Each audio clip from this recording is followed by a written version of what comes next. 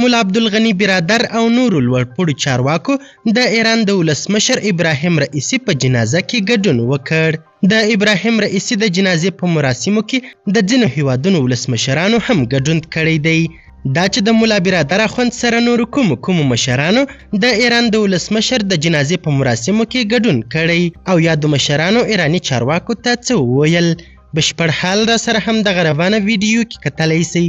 سلامونه قدرمنو لیدونکو، مشال پریس یوټیوب چینل ته مو هرکلی کوم.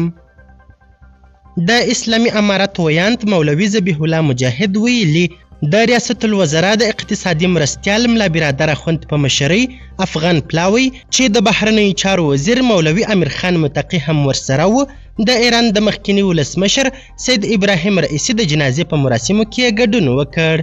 د ابراهیم رئیسي لومړی جنازه په تبریز، دویمه په قم، تهران او سبا پنجشنبه به یې وروستۍ جنازه په خپل پلرني ټاټوبي مشهد ښار کې ترسره او خاورو ته وسپارل سي.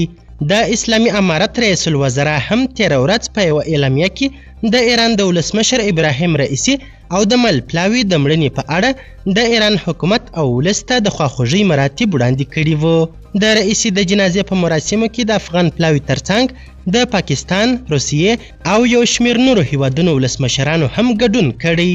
د یادونې ده چې د ایران ولسمشر او مل پلاوي د یکشنبې په ورځ په ختیځ آذربایجان کې د یوه بند د پرانیستلو په مراسمو کې له ګډون وروسته بیرته تبریز ته پر لاره و چې هلیکوپټر یې د دیزمار ځنګله غرنۍ سیمه کې راولوېده.